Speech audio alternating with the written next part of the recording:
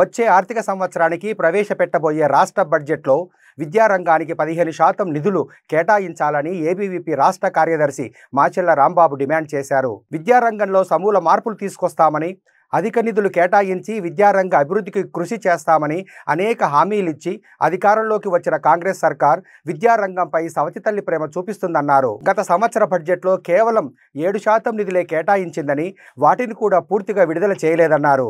చిన్న రాష్ట్రాలైన ఈశాన్య రాష్ట్రాల్లో సైతం వాటి బడ్జెట్లో 12 నుంచి 13% నిధులు కేటాయిస్తుంటే మన రాష్ట్రంలో అరకొర నిధులు కేటాయించడం సిగ్గుచేటన్నారు.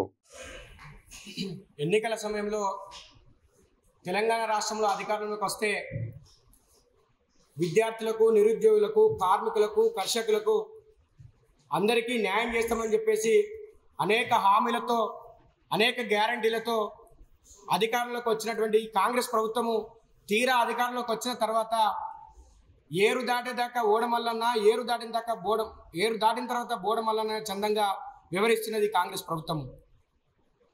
కాంగ్రెస్ ప్రభుత్వం అధికారంలోకి వచ్చిన తర్వాత విద్యారంగానికి అధిక శాతం నిధులు కేటాయిస్తామని చెప్పినటువంటి కాంగ్రెస్ ప్రభుత్వము కేవలం పోయిన బడ్జెట్లో 7% నిధులు మాత్రమే కేటాయించింది. ఆ 7% నిధులను కూడా పూర్తిగా విడుదల చేయకుండా విద్యార్థుల యొక్క స్కాలర్షిప్లు, రియంబర్స్మెంట్ ఆపి విద్యార్థులను విద్యకు దూరం చేసేటువంటి కుట్రకు పాల్పడుతున్నది కాంగ్రెస్ ప్రభుత్వము. ఈ రాష్ట్రంలో ఉన్నటువంటి అనేక విశ్వవిద్యాలయాల్లో ప్రైవేట్ యూనివర్సిటీల వల్లే విద్యార్థుల నుండి ముక్కుపిండి ఫీజు వసూలు చేస్తున్నారంటే అది ప్రభుత్వ విశ్వవిద్యాలయమా, ప్రైవేట్ విశ్వవిద్యాలయమా? ఈ కాంగ్రెస్ ప్రభుత్వం విద్యార్థి సమాజానికి సమాధానం చెప్పాల్సిన అవసరం ఉన్నది. 8,000 కోట్ల రూపాయల ఫీ రిమెంబర్స్మెంట్ స్కాలర్షిప్లను బకాయిలుగా పెట్టి పేద, మధ్యతరగతి, ఎస్సీ, ఎస్టీ, బీసీ, మైనార్టీ విద్యార్థులను విద్యకు దూరం చేస్తూ విద్యా వ్యతిరేక విధానాలను అవలంబిస్తున్నది కాంగ్రెస్ ప్రభుత్వము. ఈ యొక్క రాష్ట్రంలో విద్యాశాఖ మంత్రి ఉన్నటువంటి రేవంత్ రెడ్డి గారు తెలంగాణ విద్యార్థి సమాజానికి సమాధానం చెప్పాలి. గురుకులాల్లో, సాంఘిక సంక్షేమ హాస్టల్లో పిల్లలు పిట్టలా రాలిపోతుంటే దానికి ఎవరు సమాధానం చెప్తారో, ఎవరి మీద కేసులు నమోదు చేయాలో, ఎవరిని జైలుకు పంపించాలో ఈ ముఖ్యమంత్రి గారు తెలంగాణ సమాజానికి సమాధానం చెప్పాల్సిన అవసరం ఉన్నది.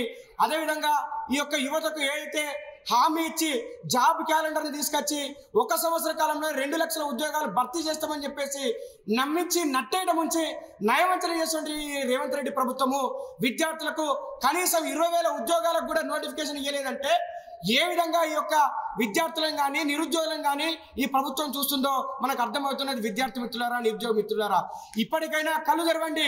ఈ యొక్క విద్యారంగానికి కానీ, నిరుద్యోగులకు కానీ మీరు నష్టం వాటిల్లే విధంగా చేస్తే, వీళ్ళకు న్యాయం చేయకపోతే ఖచ్చితంగా మరో తెలంగాణ ఉద్యమానికి శ్రీకారం చుడతారు. అంతటి కేసీఆర్ని తల వంచి ఈ యొక్క నీ ప్రభుత్వాన్ని తీసుకొచ్చిర్రు. నీ ప్రభుత్వానికి సంవత్సర కాలంలోనే నువ్వు వ్యతిరేకను మూత కట్టుకున్నాం. ఈ 4 సంవత్సర కాలంలో నువ్వు పాలన చేయాలంటే విద్యార్థులకు కానీ, నిరుద్యోగులకు కానీ న్యాయం చేయకపోతే నీ గల్లా బట్టి రోడ్డు మీద గుంజుకొచ్చి నిన్ను మళ్ళీ నీ గద్దె దించే వరకు పోరాటం చేస్తారని చెప్పేసి ఏబీవీ తరఫున హెచ్చరిస్తూ ఖచ్చితంగా నీ తీరును మార్చుకోవాలని చెప్పేసి, విద్యార్థులకు న్యాయం చేయాలని చెప్పేసి ఏబీవీ తరఫున డిమాండ్ చేస్తున్నాము. నా పేరు మాచెల్ల రాంబాబు, ఏబీవీ రాష్ట్ర కార్యదర్శి.